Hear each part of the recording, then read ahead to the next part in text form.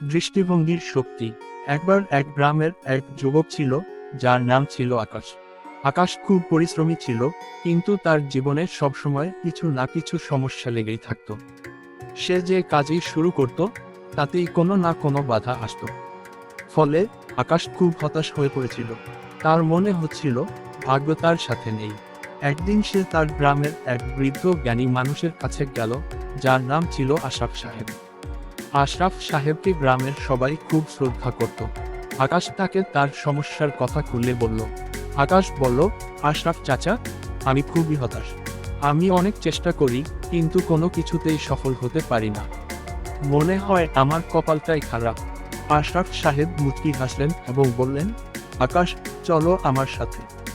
তিনি আকাশকে নিয়ে গ্রামের বাইরে একটি নদীর ধারে গেলেন। সেখানে তিনি দুটি বড় পাথর দেখালেন। একটি পাথর ছিল নদীর স্রোতের মধ্যে, আর অন্যটি ছিল নদীর পাড়ে, যেখানে জল পৌঁছাতে পারত না।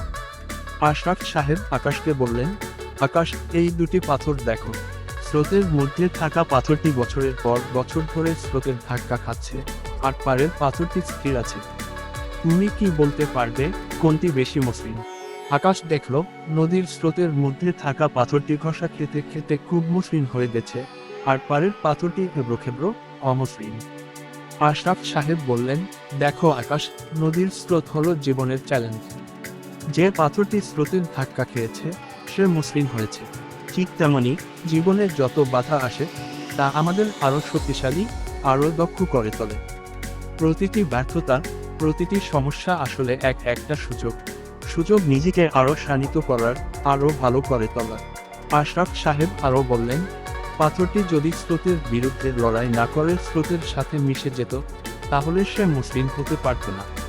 তেমনি তুমি যখন সমস্যাগুলোকে চ্যালেঞ্জ হিসেবে নেবে, তখন তুমি আরও উজ্জ্বল হবে।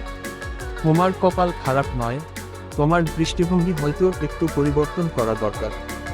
আশরাফ সাহেবের কথা আকাশের মনে গভীর প্রভাব ফেলল।